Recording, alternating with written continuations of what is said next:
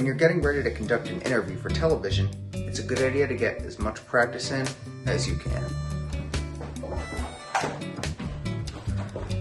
And I don't just mean as you're scrambling to get to the TV studio on time.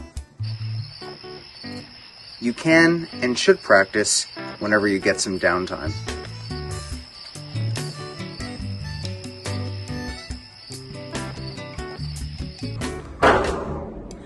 It'll give you something to pass your workout by. Or it'll just give you motivation to keep going.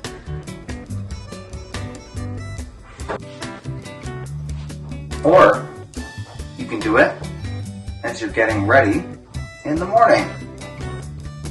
And you can use your hairbrush as your very own microphone.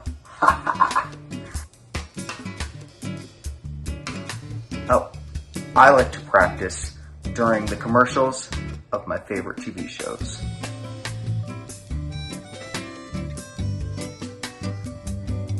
All interviewers need to be clear, crisp, and concise, which are 3 C's you can't get without practice. Your guest won't be calm or comfortable unless you are first.